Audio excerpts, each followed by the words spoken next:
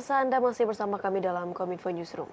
Pemirsa, Ketua BNPB sekaligus Menko Polhukam Mahfud MD meminta agar Kementerian Perencanaan dan Pembangunan Nasional tetap memasukkan isu perbatasan dalam rencana pembangunan jangka menengah nasional pada tahun 2024 hingga 2029. Hal tersebut disampaikan Mahfud dalam rapat koordinasi pengendalian pengelolaan perbatasan negara tahun 2023.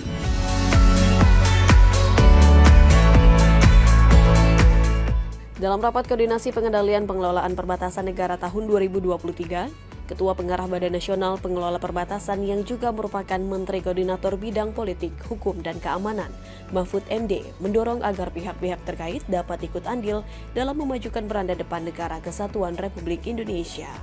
Adapun pihak yang diminta untuk terus mengawal pembangunan di perbatasan negara adalah Kementerian Perencanaan Pembangunan Nasional atau Badan Perencana Pembangunan Nasional, Kementerian Keuangan untuk terus mendorong penganggaran keuangan, dan Dewan Perwakilan Rakyat Republik Indonesia.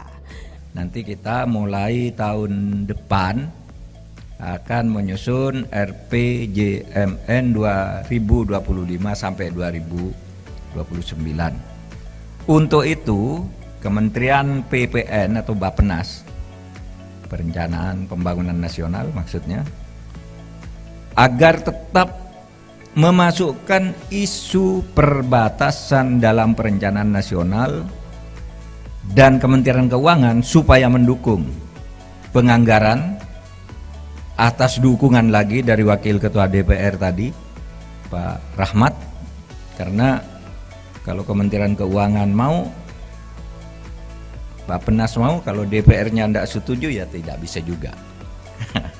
Makanya alhamdulillah sekarang ada Pak Rahmat Gobel ini. Mahfud MD menilai banyak pos lintas batas negara atau PLBN Indonesia yang belum selesai. Oleh sebab itu pembangunan PLBN tersebut harus segera ditangani. Hal ini membutuhkan anggaran yang sangat besar sehingga pihaknya berharap Kementerian PPN atau Bappenas tetap memasukkan isu perbatasan ke dalam RPJMN 2024 hingga 2029. Mahfud menambahkan, Presiden Jokowi juga telah meminta agar proyek strategis nasional atau PSN dapat selesai pada tahun 2024. Kementerian lembaga pun disarankan agar dapat menyelesaikan PSN yang terdapat di perbatasan. Nantinya PSN yang ditargetkan pada periode ini akan dilanjutkan pada periode berikutnya, antara lain pembangunan pos lintas batas terpadu sesuai dengan Instruksi Presiden Nomor 1 Tahun 2019 tentang percepatan pembangunan 11 pos lintas batas negara terpadu dan sarana-prasarana penunjang di kawasan perbatasan. Pak, itu katanya perbatasan tuh, yang darat itu mungkin pintu masuk di Muto Ain di mana, tapi antara satu gerbang ke gerbang lain nih banyak jalan-jalan gelap, jalan-jalan ilegal, jalur-jalur ilegal itu masih banyak. Nah itu nanti yang harus ditangani dan itu perlu anggaran besar juga. Badan Sandi Siber Negara terus memperkuat sistem keamanan siber di Ibu Kota Nusantara. Hal ini mengingat tingkat pemanfaatan teknologi informasi dan komunikasi berbanding lurus dengan risiko dan ancaman keamanannya, sehingga aspek keamanan siber perlu menjadi perhatian serius.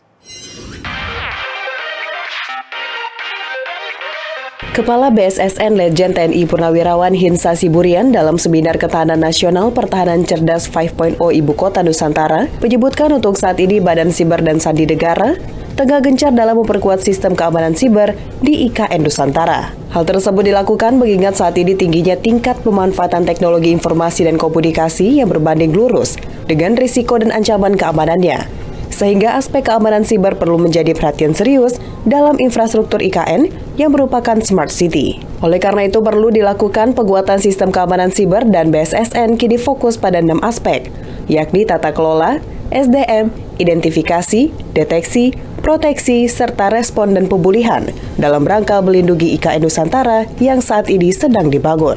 Oleh karena itu, detail engineering design Smart City di IKN perlu dikondisikan dengan BSSN agar dapat diberikan rekomendasi keamanan siber secara merata dan menyeluruh, sehingga keamanan siber di IKN terselenggara dengan optimal. Ancaman berbanding lurus dengan risiko, ini perlu kita antisipasi, sehingga aspek keamanan siber perlu menjadi perhatian serius dalam infrastruktur IKN. Kami sudah berkoordinasi dengan otoritas yang membangun IKN.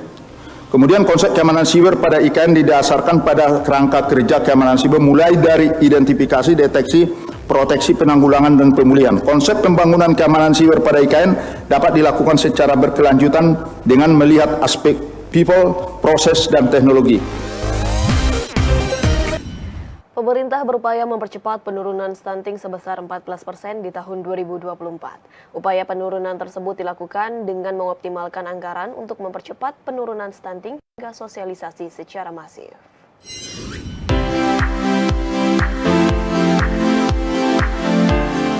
Wakil Presiden Maruf Amin menggelar rapat percepatan penurunan stunting di Istana Wapres, Jakarta. Wapres menginstruksikan jajarannya untuk melakukan upaya mengejar target penurunan prevalensi stunting pada 2024 mencapai 14%.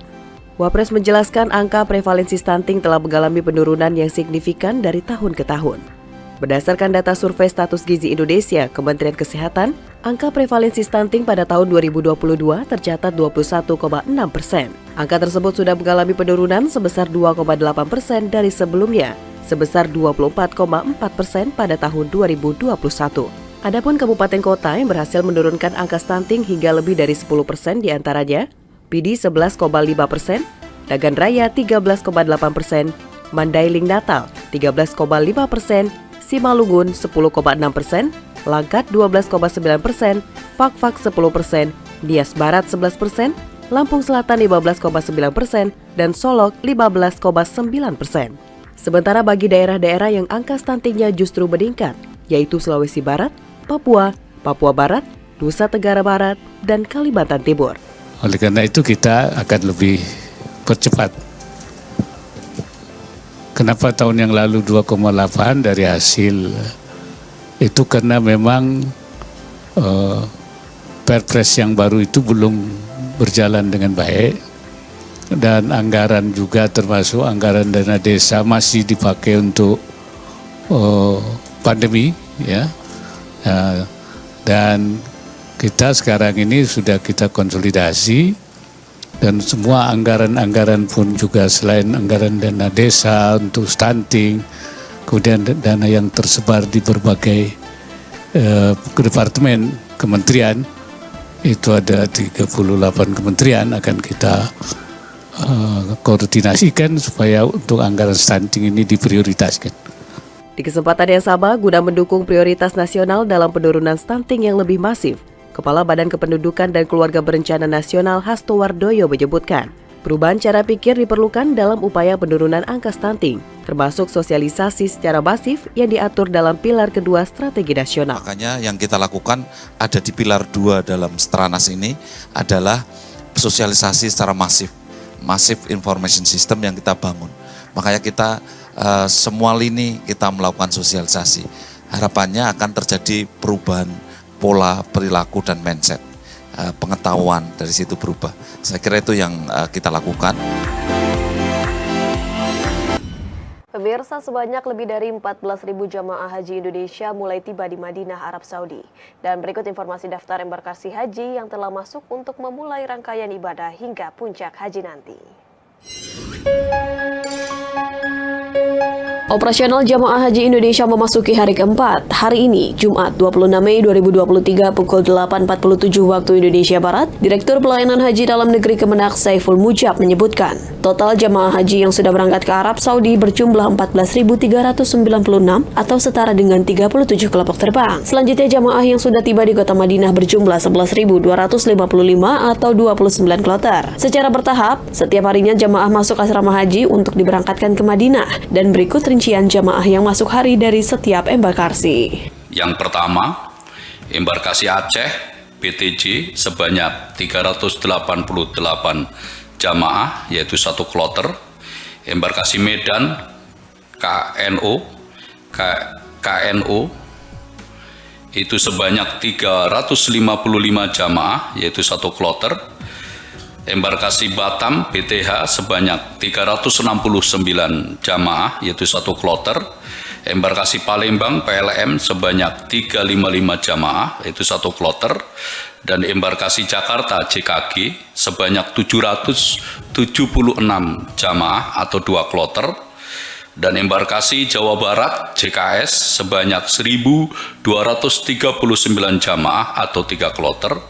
Dan embarkasi Solo yaitu sebanyak 710 jamaah, yaitu 2 kloter, dan embarkasi Surabaya sebanyak 445 jamaah, 1 kloter, embarkasi Makassar, UPG, sebanyak 776 jamaah atau 2 kloter. Pemerintah mengimbau kepada jamaah haji untuk tetap menjaga kesehatan dan menghindari aktivitas di luar. Serta khusus para jamaah haji lansia diimbau tidak memaksakan diri menjalani ibadah selama haji di Arab Saudi. Hal tersebut lantaran mempertimbangkan kondisi terik di Madinah mencapai 39 hingga 40 derajat Celcius. Pemirsa, usai jeda kami akan kembali dengan dialog platform digital kemitraan bagi komunitas informasi masyarakat sesaat lagi.